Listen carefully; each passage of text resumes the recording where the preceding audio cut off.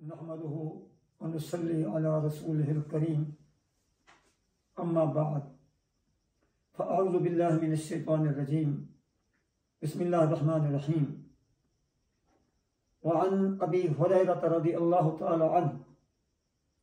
क़ाल बैनमा अन्नबिय्यु सल्लल्लाहु अलैहि वसल्लम युहद्दिस इज़ जाअ अअराबी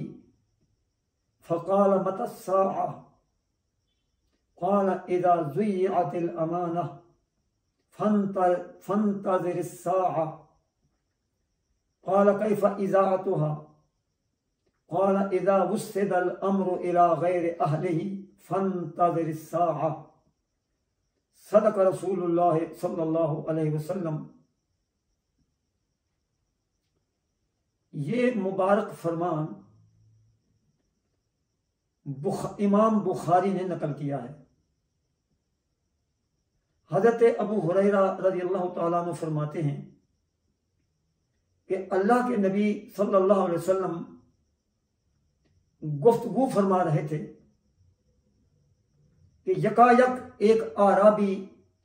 एक देहाती, एक बद्दू आया और आते ही उसने सवाल कर दिया कि मता अस्साअ, अल्लाह के नबी क़यामत कब आएगी? आपने इरशाद फरमाया इज़ा ज़ुय्यअतिल अमाना, जब अमानत को ज़ाय कर दिया जाएगा, फ़ंतज़िरिस साअ, फिर तुम क़यामत का इंतजार करो। फिर उसने सवाल किया कैफ़ इज़ाअतुहा या रसूल अल्लाह, ऐ अल्लाह के नबी सल्लल्लाहु अलैहि वसल्लम,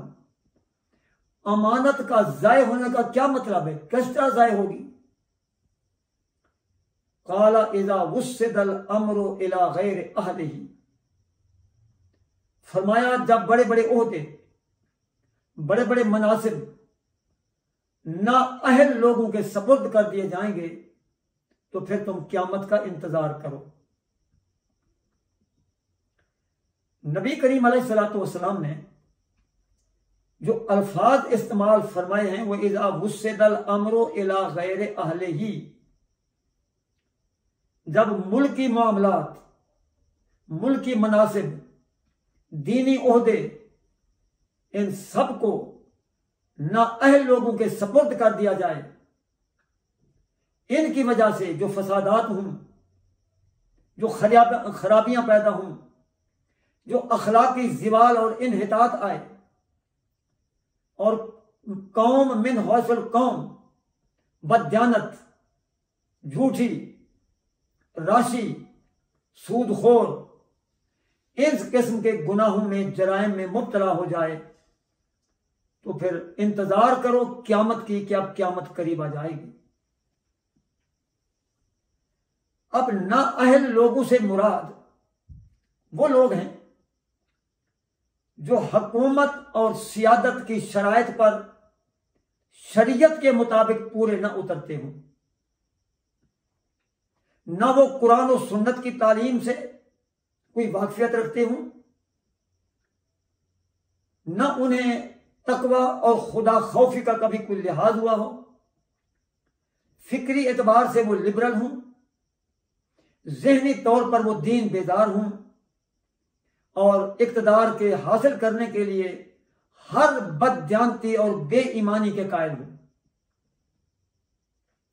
जिस तरीके से भी उनको इक़्तिदार, उनको हुकूमत मिले वो उसे हासिल करते हैं। इसीलिए हर अजीम और अहम जिम्मेदारी को अमानत से ताबीर किया गया है। हुकूमत, हुकूमती मनासिब और ओहदे, हुकूमती इख्तियारात, दीनी क़ियादत, इफ्ता व क़ज़ा,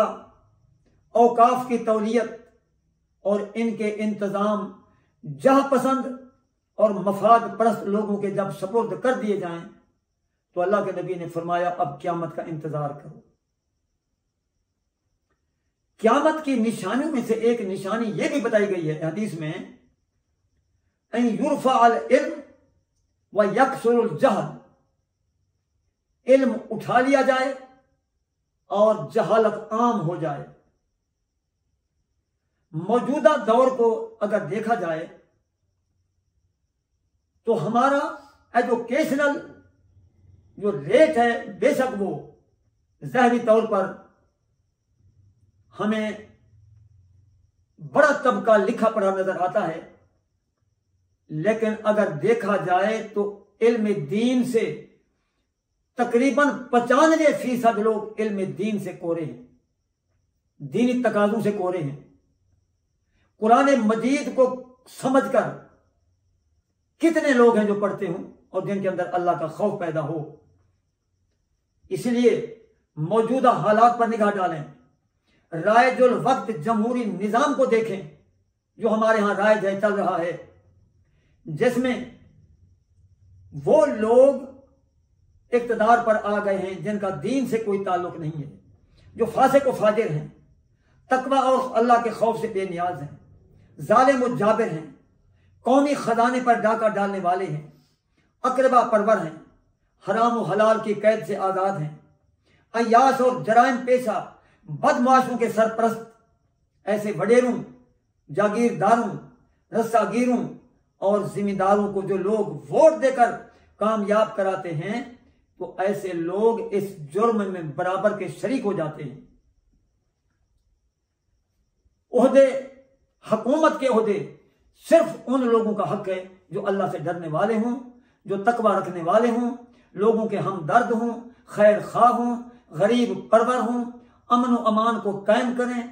चोरी, डाका, रिश्वत, सूद, अगवा, बदकिरदारी, हर किस्म के जुर्म को जड़ से उखाड़ फेंकने के लिए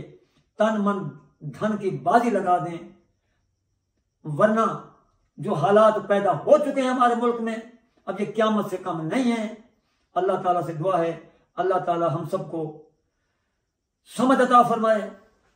आने वाले इलेक्शन में हम उन लोगों को वोट दें जो वाकयातन अल्लाह से खौफ रखने वाले हैं और क़यामत के दिन अल्लाह की बारगाह में पहुंचकर अपने नामा आमाल के मुताबिक अल्लाह को हिसाब देने का एहसास रखते हैं। वाखिर दावाना अनिल हम्दुलिल्लाह।